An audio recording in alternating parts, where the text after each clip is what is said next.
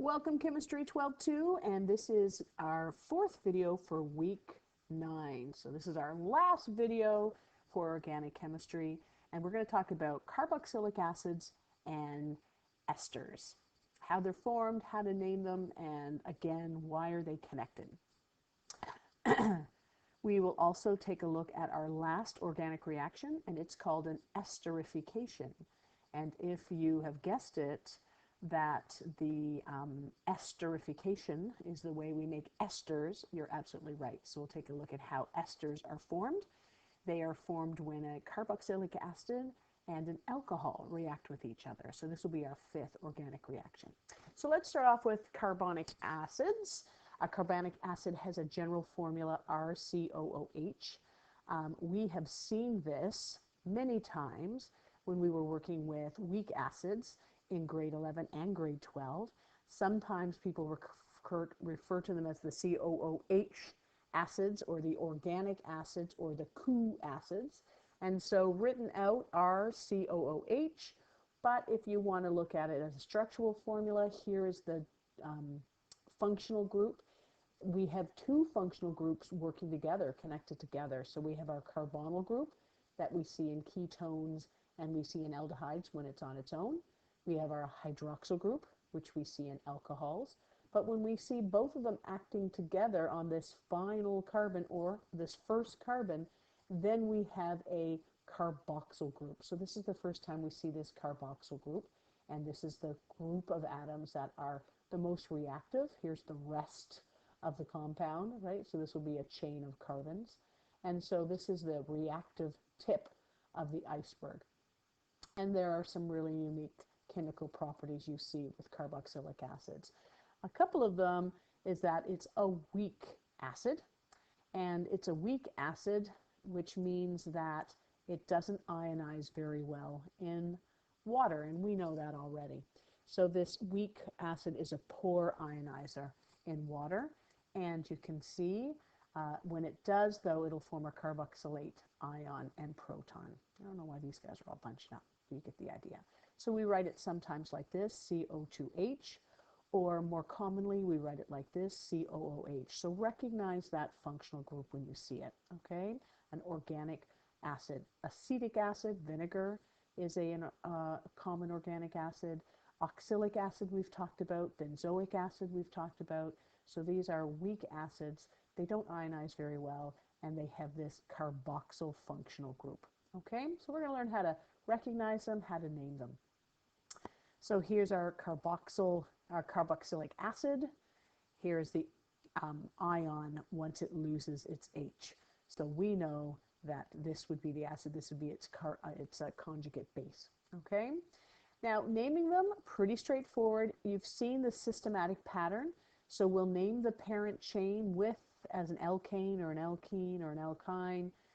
We'll drop that E and add, this time, OIC, plus acid. So we're actually going to include acid after these organic names, okay? So the E gets dropped.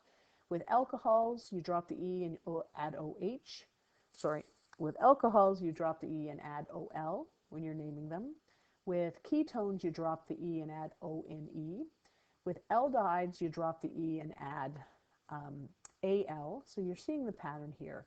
With carboxylic acids, we drop the E and add OIC and the word acid when we're done. So let's take a look at some of these carboxylic acids and do a little bit of practicing. So here you can see we have written out COOH. So that is the double bond to the C and to the bond for the OH. And 1, 2, 3, 4, we include that carbon when we count our parent. That's important. It's not above and beyond. So 1, 2, 3, 4. So this is going to be bute. Let me work in here. Butane, but it's got a new functional group, and it's got the hydroxyl group. So the E is dropped, and we put OIC, but then we have to include that word acid when we're done. So this is butanoic acid written here. Here we've got it done as a structural diagram. Here's that functional group, the carboxylic group, the combo of the OH and the C double bond O. Okay, and we count that C as 1 and everything after it. So there's 2 here. So this is going to be ethane, drop the E, and put OIC, ethanoic acid. Okay? Boom. Here, so CH3COOH. Have we ever seen that before when we write it out this way? CH3COOH. And when I say 2, I mean 3. And I hope you recognize that compound. We've used it quite a bit. So the IUPAC name for vinegar or acetic acid is ethanoic acid. Okay, so ethanoic acid, we just showed you there, the 2 C's. So several ways of writing that out. Here we have a line diagram. I know some of you guys find these challenging. So I've put a few dots here to show you when we're counting. This will be our 1. So our functional group is on the 1. I know we often say it's on the tail, but that's just perspective. So it's on the 1. So it gets the lowest number. 1, 2, 3. There's a branch there. 4, 5, 6. 1, 2, 3, 4, 5, 6. So it's hexane. And then we've got a functional group here. So we're going to drop that E. The functional group is a carboxylic, a carbonyl and hydroxyl carboxyl group. And we drop the E and put OIC. Okay, we need to put acid. And we, what did I do here? I turned that into OIC. There we go. But we have a branch here as well. So the rules for branches have not changed. 1, 2, 3. It's off the third, and it's a methyl. It's 1 carbon. So 3-methyl hexanoic. 3-methyl hexanoic acid is how we would name this one right here. This one here again is kind of funky. This, though, is our functional group, the double bond to the O. So here's our first carbon, second, third, fourth, fifth, sixth, 7, 8. Count that again. Start at your functional group. 1, 2, it's going to have a branch. 3, 4, it's going to have a branch, an ethyl branch because there's a bend there. 5, 6, 7, 8. So octane, but it's got the carboxyl functional group, so drop the E, put on OIC, acid. Don't forget to put the acid there. And we name our branches. We have a methyl branch, this line here. We have an ethyl branch, and we have a chloro branch. But when we're counting, we start at a functional group. So 1, 2, 3, 4, 5, 6. So 6 chloro.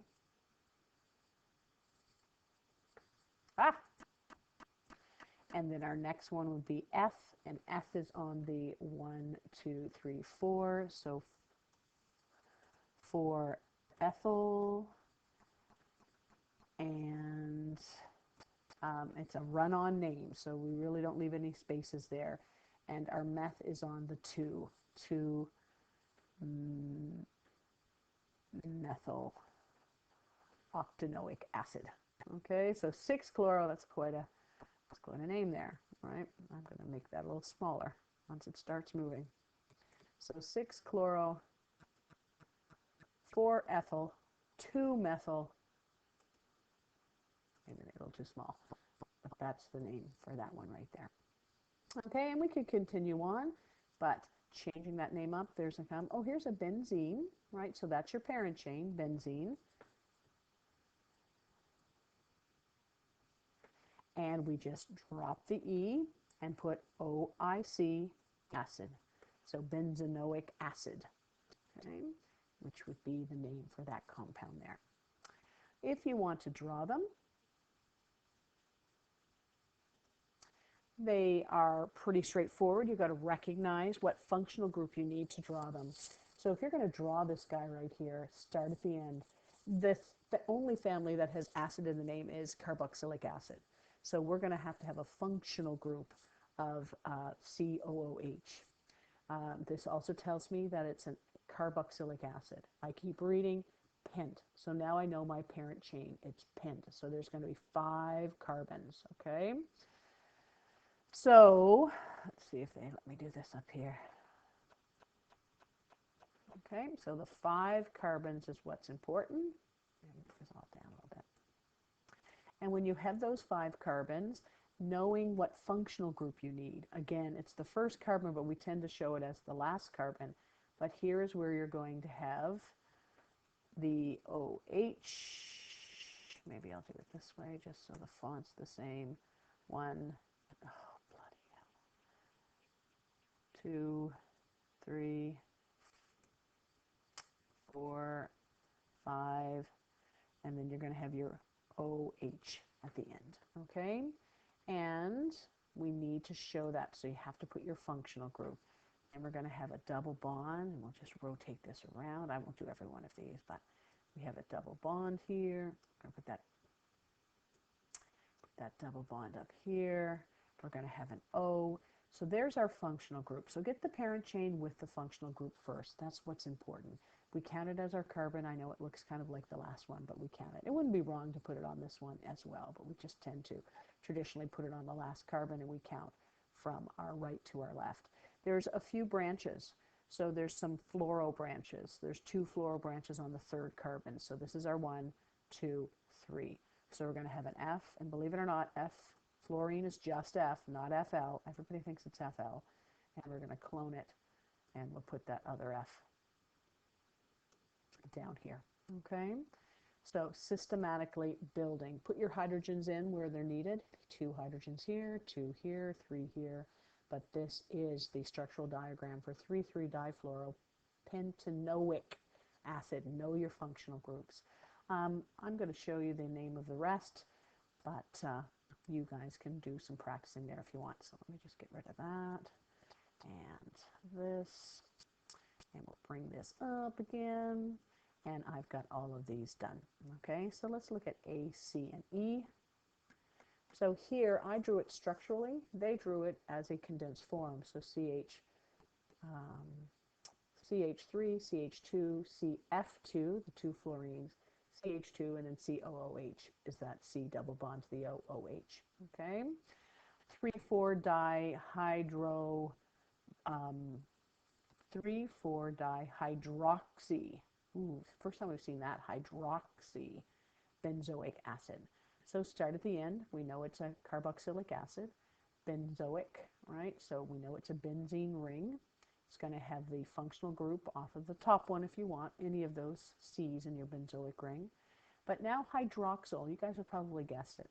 Hydroxyl is OH, so this is going to have an OH. So and it's on the 3 and the 4, okay? So you can see here, you have your benzoic ring. I would put a circle there. Here's your COOH, but that's your functional group. So even though benzene, here we do show that C again. It looks like it's an extra C, right? But we've got our family chain and then the COOH. So the O and the OH is not off of this corner. It's off of a C out here, O and OH. That's important to recall. Here, a lot of people are like, how do you know if this is an alcohol or if it's a acid? And again, there are hierarchies of functional groups. We're not going to get into them. But these were actually as branches as opposed to being a carboxylic acid, okay? And E, 2 amino, now we haven't talked about amino, so don't worry about that guy. Amino means nitrogen, and we're not going to talk about the nitrogen ones. And if we take a look over here, if they'll let me bring this over, yep. For B, you can see that they have that hydroxyl group again, right? So an OH as a branch as opposed to the functional group or the parent chain, right? So we have our 4, count that C. So that's why it's butanoic acid. And then we have on the 2nd carbon hydroxyl, all right? Here's benzoic, so the benzene, that's where the benzoic's coming from, the benzene. And we have our functional group up here, the C with the double bond to the O and the OH. And we have a methyl branch down here. Here we're going to have a hexanoic acid, so a long chain, 6 carbons, and we're going to have an ethyl group on the 2nd carbon.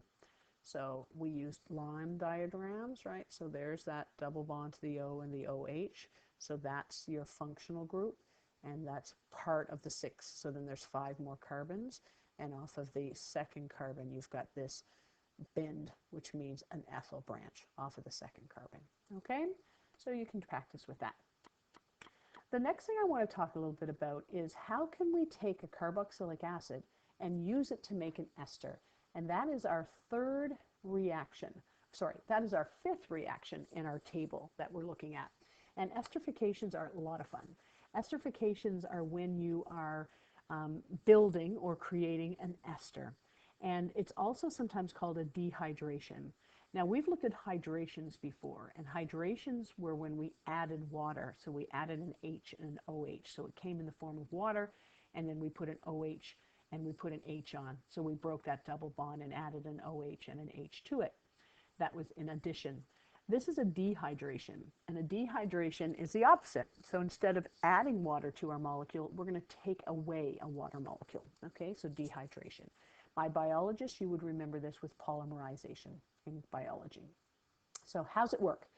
Well, this is always going to be the format for an esterification. So again, it starts off very differently than the other four reactions we've been looking at from. You must have a carboxylic acid, right? If you don't have a carboxylic acid, it cannot be an esterification. So you must start with a carboxylic acid. So you have to find a compound with that functional group COOH. And we're going to add it to an alcohol. So those are the two starting reactants you need. You need an alcohol, any size, and you need a carboxylic acid.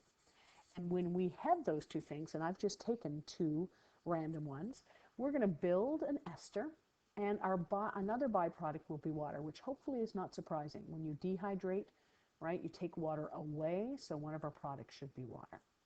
When you hydrate, one of our reactants is water because you're putting water in, but we're taking water out, so it's going to be one of our products. So let's show you this example. Okay. So we have ethanoic acid. How do I know it? First of all, I know it's a carboxylic acid because there's its functional group, and when I count my C's, there's two C's. So ethane, drop the E, OIC, no branches, ethanoic acid. Okay, vinegar. That's what it is. It's vinegar right there. Acetic acid is its common name. Over here, I hope you recognize this functional group because there's no others. This functional group is an alcohol. So this has a lot of carbons, but don't worry. 1, 2, 3, 4, 5, 6, 7, 8. But this guy's on the first one, right? So there's 8. So that's why we're calling it octanol. Octane, drop the E, put OL because there's this functional group. Okay? So these are our players up here, and yes, it's color-coded for a reason, but these are our players, and that's what you must have if you want to make an ester. So if you want an esterification to happen, and if we were at school, we'd do this in the lab because they make some beautiful smelling esters. Esters have a great aroma, and a lot of our flavorings, just like aromatics, a lot of our flavorings come from esters. So here, this is what happens, and I've highlighted an OH and an H, because every time you have an esterification, you have an alcohol of a certain size and you have a carboxylic acid of a certain size. And what happens is the alcohol loses its H and the carboxylic acid loses its OH. And together they lose water. Okay, so that H from the alcohol, and that's important, the H from the alcohol remains, or it keeps its O, but the alcohol loses its H, and the carboxylic acid loses its OH. Okay, it's not an elimination because we're taking them from two different things. If we had been taking both of those components from the same thing, this would be an elimination, but we're not. So we're taking an OH, show that again, we're taking an OH from our acid, and we take the H from our alcohol, and we form water. So one of our products is going to be water. What these guys say is, remember, then when we break bonds like that, we free up valence electrons. So there's a valence electron. It's not going to let me do that. Oh, good Lord. Oh, it's finicky. When we break a bond like that, so when we take that OH away, we fill or create a little valence electron there, not create, but it's freed up. And when we take the H away, there's a little guy down here. And so what these guys choose to do is to share. And so they form a bond. And what's left, or what's created because of that bond, is this, and this is known as an ester. So an ester is when you take an alcohol and a carboxylic acid and sandwich them together. In the process of sandwiching them together, a water molecule is released. And so here, and I just made them separately so you could see. So this little guy, and I just brought the oxygen up, so this little guy, they can share and make a covalent bond. And so there's a covalent bond between, and maybe this guy will clone for me, and I'll bring him this way. Okay, so we are making a covalent bond between the acid and the alcohol. So this is known as an ester. And esters are named very interestingly, pretty straightforward, so we can bring that in. And I'll just show you these bonds here, maybe actually showing the bonds a little better. So that's how you build an ester. You take your acid, you take your alcohol, you remove a water molecule, and then what's left over is bonded together covalently. Okay? Sometimes this is written CH3COO, so they'll just put the O right in here instead of showing it as a double bond up there. But how do we name them? This is how we name them. We name the alcohol first. Okay, so there were 8. It was octanol. The alcohol becomes a branch. So the alcohol becomes a branch. So octanol becomes octyl. So it's an octyl group. The carboxylic acid is the parent chain. But just like we had OIC, we drop the IC and we add ATE. Okay? So the alcohol becomes a branch using the prefixes for it, and we'll practice a couple of these, but right, so the alcohol becomes a little branch, and the parent chain is the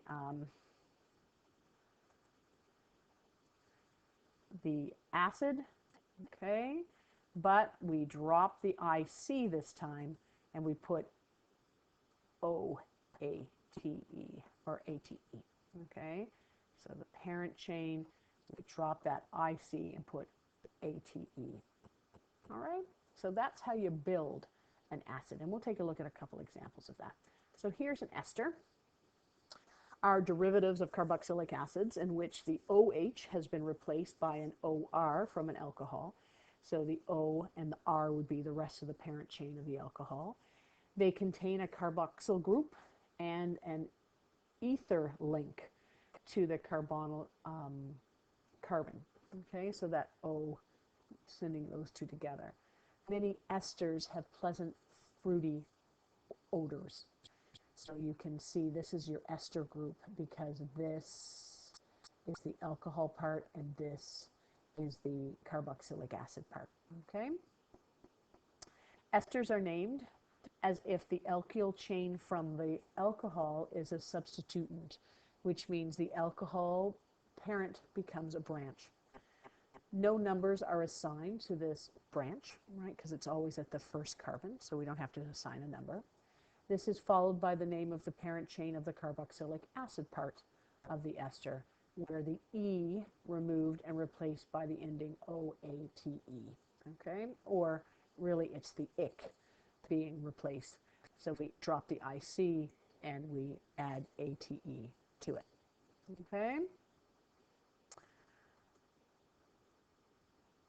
Here's a couple examples. I'll take this guy out now. When you see it written like this, right, so it's not OIC, so that's a hint that it's an ester.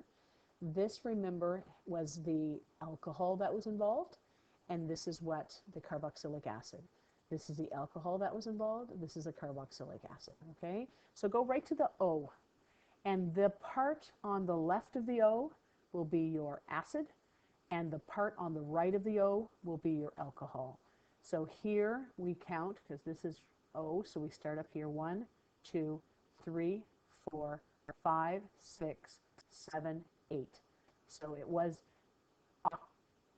octanol, and now it's octyl.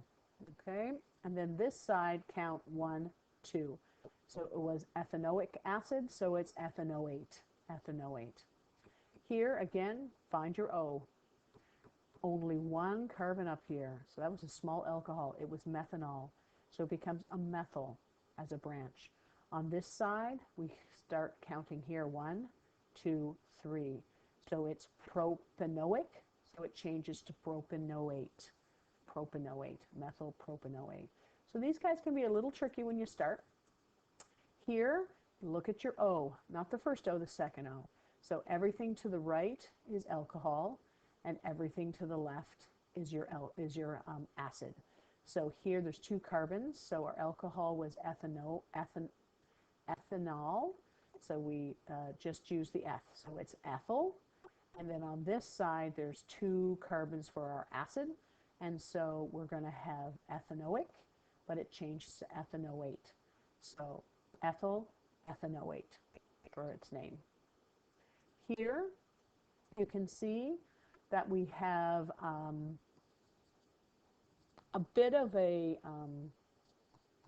situation where you have isomers. I wouldn't worry too much about the isomers here, okay?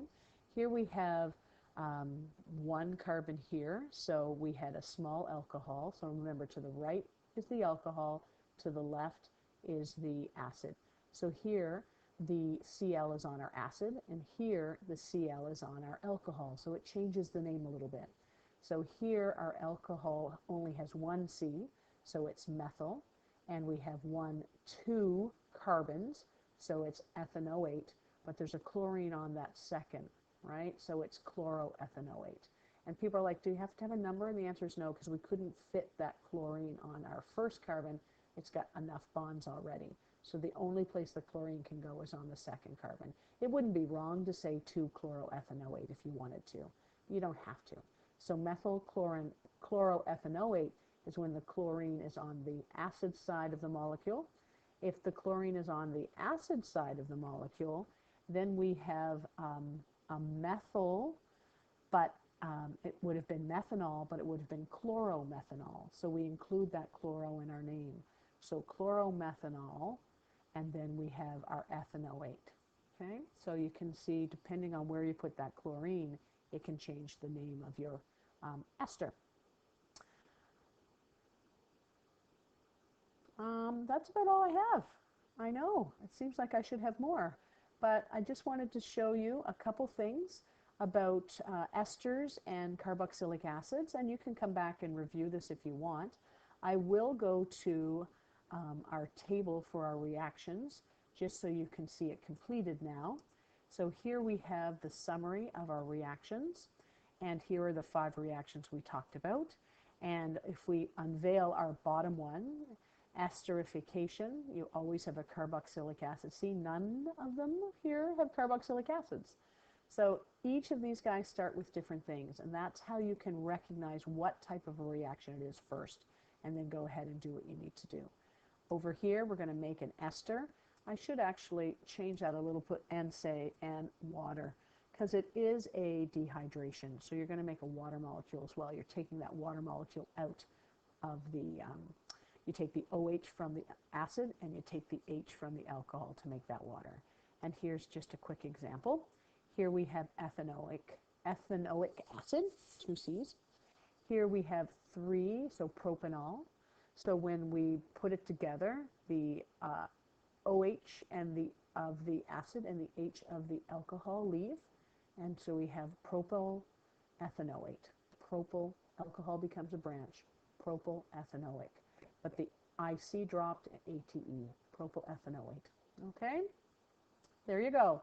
The other thing I would remind you of is if you are filling out this table up here, you've got lots to put in now. Okay, so showing me the general formula, really the functional group for each of these.